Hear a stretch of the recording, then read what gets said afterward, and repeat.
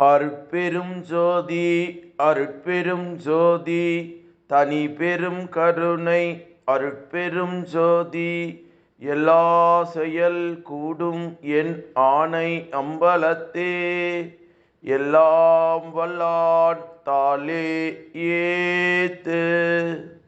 வாழ்க வையகம் வாழ்க வையகம் வாழ்க வளமுடன். குரு வாழ்க குருவே துணை. அருட்பெரும் ஜோதி திரு அருள் பிரகாச வள்ளலார் ராமலிங்க சாமிகள் பாடி அருளச் செய்த திருவடி புகழ்ச்சி 43வது பாடல். தட்சணாமூர்த்தி அருள் மூர்த்தி புண்ணிய மூர்த்தி தகுமற்ற மூர்த்தியோனோன் என்று வள்ளல் பெருமான் பாடக்கூடிய ஒரு அற்புதமான திருவடி புகழ்ச்சியினுடைய பாடல். இதனுடைய உரை விளக்கம். தட்சணாமூர்த்தி தென்முக கடவுள் என்பார். ஓதி உணர்ந்து அடைவதற்குரிய பரம்பொருளே. ஓதாது மெய்யறிவு கண்டு பயன் கொள்ள செய்யும் தெய்வ திருவுருவம் தட்சணாமூர்த்தி என்பார். உண்மையிலே நம் அருட்பெரும் ஜோதிபதியே சிறநட இருந்து பல தெய்வ தத்துவ கற்பனைகளுக்கும் இடம் கொடுத்து உள்ளதாகும். இந்த கடவுள் ஜோதி விளங்கும் இடத்திற்கு 4 திசையிலும் 4 விதமான ஆற்றல்களை வெளியாகி 4 இயல் உண்மை உணர்த்தி நற்பெரும் பயன் கொள்ள செய்கின்றது. இவ்வுண்மையை பலவாக புனைந்து வழங்கியுள்ளார் ஆன்றோர். நம் கடவுள் பீடத்து முன்புறம், அதாவது முகப்பக்கம் கிழக்கு எனவும் பின்பக்கம் மேற்கு எனவும் வலம் தெற்காகவும் இடம் வடக்காகவும் கொள்ளப்படும்.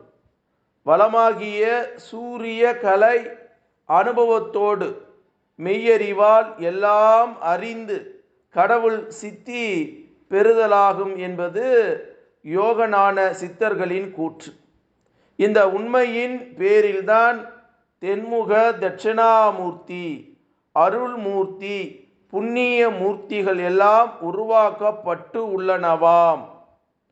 தட்சிணாமூர்த்தியினுள்ள கல்லாலா கீழ் தென்முகமாக அமர்ந்து ஜனகதி 4வருக்கு சின்முத்திரையால் மௌன உபதேச முறையில் மெய்ஞான பொருளை உணர்த்தி உய்வு பெற செய்வதாக கூறப்படுகின்றது. கடவுள் ஜோதி நிலையமே கல்லால் அடிநிலை சூரிய கால அனுபவத்தோடு முன் நின்று வேண்ட ஓதுவதற்குரிய மெய்ப்பொருளை உண்மை திருவருளால் உணர்த்தப்படுகிறது. சின்முத்திரையின் பொருள் ஆன்மாவின் புறம் நிகழும் ஆக்கல் காத்தல் அழித்தல் நிலை கடந்து அகத்தே பக்குவம் உண்டான போது அருள் உண்மை அனுபவம் ஏற்படுவதாம். இதைத்தான் மூவுருள் புறம் விரித்து நான் எனும் 4ஆம் சுட்டுவரலை அருள் பரம்பொருளாய் பெரு விரல் நடுவே சேர்த்து கொள்வது அருள் அனுபவ நிலையா. நால் வேத மறைகளின் கருத்தை சுட்டவே ஜனாகதி 4வரையும் திருநாவுக்கரசு முதலிய 4வரையும் குறித்து உள்ளனர். கல்லாலின் கீழ் உபதேசத்தும் மணி வாசகத்திற்கு திருப்பெருந்துறை குருத்தடி கீழ் இருந்து உபதேசித்தும் ஒரு உண்மையை கொண்டது. மெய்ப்பொருள் விளக்கம் இங்கித மாலையிலே பாசுரம் 1 வள்ளல் பெருமான் குறிப்பிடுகிறார். ஆற்று தலைவர் நீர் உற்றீர் அழகீர் அதனால் சிறு வீதிக்கோர் ஆட்டு தலை தந்தீர் என்றேன் அன்றேல் அறவேர் அறம்புகழே ஆட்டு தலை முன் கொண்டதனான் அஃதே பின்னர் அளித்தென்று ஈட்டு தரம் ஈந்தருள் என்கின்றார். இதுதான் சேடி என்னடி என்று வள்ளல் பெருமான் பாடுகிறார். இதனுடைய பொருள், ஆட்டு தலைவர்னா நடனபதி, சிறுவீதினா பிரம்மனின் மகன் தட்சன், ஆணவ அங்கார மூடவன். இந்த ஆணவ ஒழிவில் நடனபதியின் காட்சி காணப்படும். அல் அறவோர் கல்லாலின் கீழ் ஜனகதி, நால்வருக்கு அற முதல் நான்கும் விளங்கியது. ஆலடியில் அறவோர் அரும் புகழவே தன் நடன கோலத்தை காட்டினார். ஒற்றி அழகு தியோகேசர் அந்த நடன காட்சியைத்தான் தக்க வேள்வியின் பின் அவனுக்கு ஆட்டுத்தலை வழங்கப்பட்டதாம். ஆகவே தட்சிணாமூர்த்தியின் உபதேச உண்மை ஆனந்த நடன அனுபவ வெளியீடு என்று அறிதல் வேண்டும். ஈன்றல் சின்முத்திரையினுடைய பொருள் மும்மல ஒழிவில் பதி ஐக்கியம் பெற்று மறைவுறாதல் என கொள்ளப்படாது. அதனால்தான் ஆனந்த வாழ்வு கிடைக்க பெறாது உண்மை. அருள்மூர்த்தினா தட்சிணாமூர்த்தி என்று குறிப்பதோடு தொடர்ந்து இந்த அருள்மூர்த்தியும் அடுத்த புண்ணிய மூர்த்தியும் ஒழியப்பட்டதின் கருத்து. இம்மூன்றும் திரிதேக உண்மையை சுட்ட வந்ததாக உணர்த்துவதாகவுமாம். மற்றபடி அருள்மூர்த்தியாகவும் புண்ணிய மூர்த்தியாகவும் குறிப்பிட்டு எவரை சுட்டுவதாக கொள்ளுவது? தெய்வ திருவுருவங்கள் யாவும் அருள் வடிவமாகவும் புண்ணிய வடிவமாக கொள்ளக்கூடும். இங்கே குறிப்பாக நம் அருட்பெரும் பதியை தென்முக நிலை நின்று இதுவாய் கண்டுகொள்ள வேண்டும். தட்சிணாமூர்த்தி ஞான தேகத்தையும், அருள்மூர்த்தி பிரணவ தேகத்தையும், புண்ணிய மூர்த்தி சுத்த தேகத்தையும் உணர்த்த வந்ததாக கொள்ள வேண்டும். இதுவின்றி தட்சிணாமூர்த்தியை சிவமாய் கொண்டு, அருள்மூர்த்தி புண்ணிய மூர்த்தி விஷ்ணு பிரம்மாவாக கொண்டு இம்மும்மூர்த்திகளை சுட்டுவனாக கொள்ளுவது சிறப்பல்ல. மூவர் செயலும் முடிந்த இடத்தில்தான் முத்தேக சித்தி பேறு முன் குறித்து தட்சிணாமூர்த்தி மும்மூர்த்தியின் உண்மையை கொள்ளலாம்.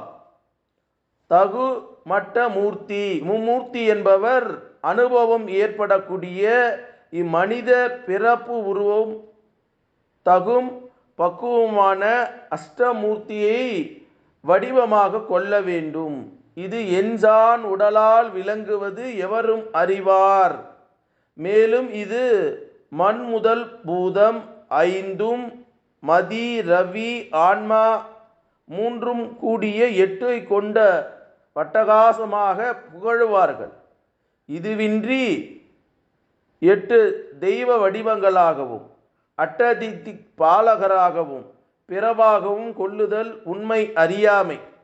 இந்த உடலிலே தான் சித்தி வளர் முத்தேகமும் ஒன்றி நிகழ்வது ஓங்காரத்தில் அகர உகர மகரம் ஒன்றி இருப்பது போல் 4 வேதமும் நான்மறையும் கூட ஓங்கார இயல்பை விட்டு நிலையும் அடிப்படையாய் கொண்டதாம்.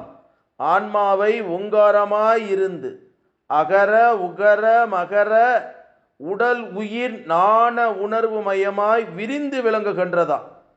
கடவுள் தானே தன் உண்மை அனுபவ வெளியீட்டுக்காக வேண்டி தகும் அட்டமூர்த்தியாம்.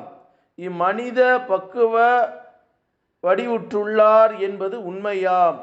மேலும் எறும்பும் தன் கையால் என்சான் எனப்படுவதும் உண்மையாம். அகரபதியைத்தான் எறும்பு முதலாம் இவ்வுயிர் வடிவம் கொண்டு திகழ்கின்றதை உணர்த்த வந்ததாய் கொள்ளலாம் என்று சாமி சரவணானந்தா அவர்கள் சொல்லக்கூடிய ஒரு அற்புதமான மெய்ஞான விளக்கம். தட்சிணாமூர்த்தி அருள்மூர்த்தி புண்ணிய மூர்த்தி தகு மட்ட மூர்த்தியோனோன் என்று வள்ளல் பெருமான் இந்த திருவடி புகழ்ச்சி 43வது பாடல். ஆகவே செய்தி சொல்றார். இந்த பாடல் மூலமாக நமக்கு நல்ல ஒரு செய்தியை வள்ளல் பெருமான் தெரிவித்துக் கொள்கிறார். சுத்த தேகம், பிரணவ தேகம், ஞான தேகம் இதை அடையக்கூடிய மனித இனம் பெற வேண்டிய முயற்சி என்ன? ஏன் அவர் தட்சிணாமூர்த்தி? நீங்கள் நிறைய பேர் பார்க்கலாம், தட்சிணாமூர்த்தி சிவ ஆலயங்களிலே பிரதிஷ்டை செய்யப்பட்டு சின்முத்திரை காட்சியோடு இருப்பதை நாம் பார்க்கிறோம். அப்போ அந்த சின்முத்திரையோடு இருக்கக்கூடிய அந்த ஏக இறைவன் எப்படிப்பட்டவன்? அந்த முத்திரையிலே மௌன நிலையிலே எப்படி இருக்கிறார்கள்? கல்லால மரத்தின் குருத்தடி கீழ் மாணிக்க வாசகர் பாடிய பாடல் திருவாசகம். திருவாசகத்திற்கு உருகார், ஒரு வாசகத்துக்கு முருகார் என்பது நம்மளுடைய ஆன்மீகத்தில் உண்டு. வள்ளல் பெருமான் கூட பாடக்கூடிய ஒரு அற்புதமான பாடல் இருக்கு. அப்போ அந்த மாணிக்க வாசகத்தை அவர் பாட என்னது, அவர் பாடக்கூடிய அந்த அற்புதமான வள்ளல் பெருமான் சொல்லுவார் அந்த பாடல்.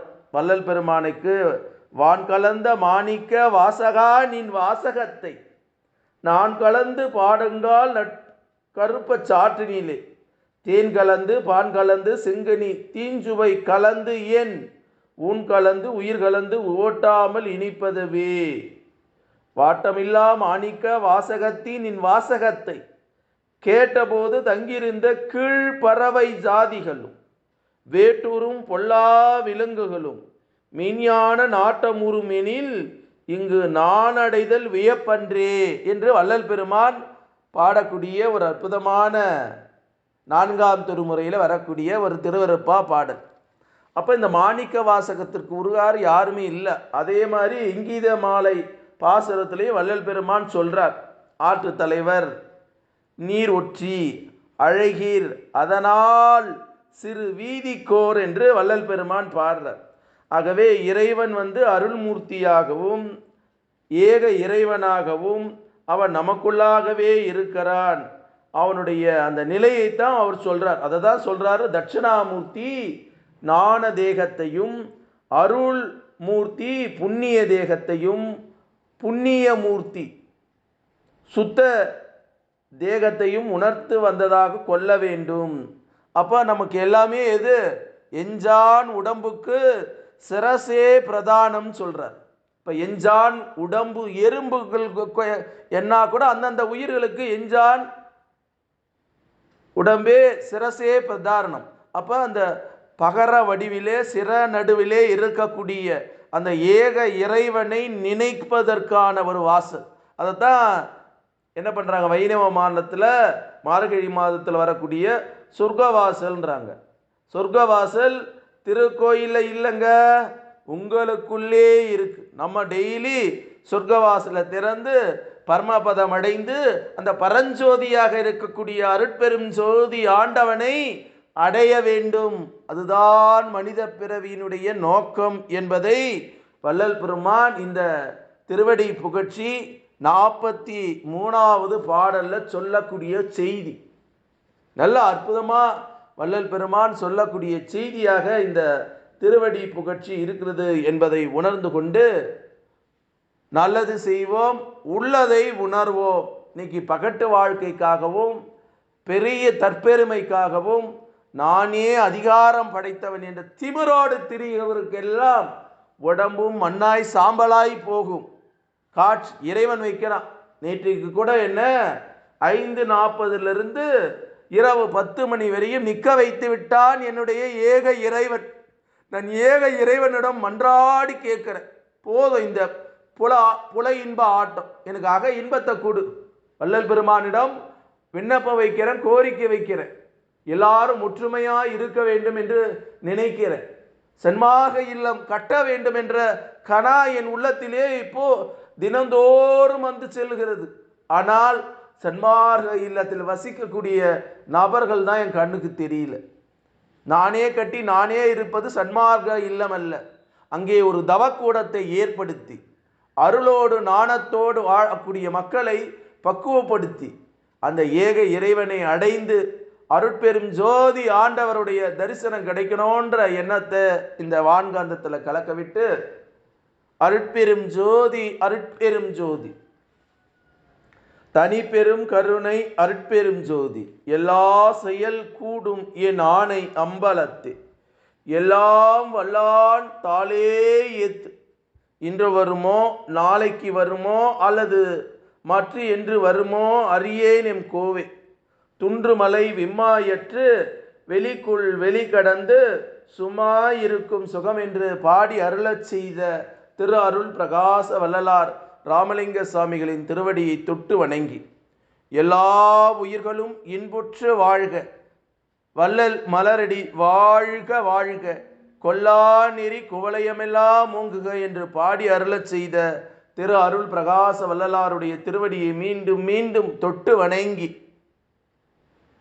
இந்த பூமியிலே வாழக்கூடிய சித்தர்கள், ஞானிகள், மகான்கள், யோகிகள், ஜீவமுக்தர்களுடைய திருவடியை தொட்டு வணங்கி இறைநிலையோடு என் எண்ணத்தை கலக்கவிட்டு உங்கள் அனைவரையும் மனதார நெஞ்சார வாழ்க வளமுடன், வாழ்க வளமுடன், வாழ்க வளமுடன் என வாழ்த்துகிறேன்.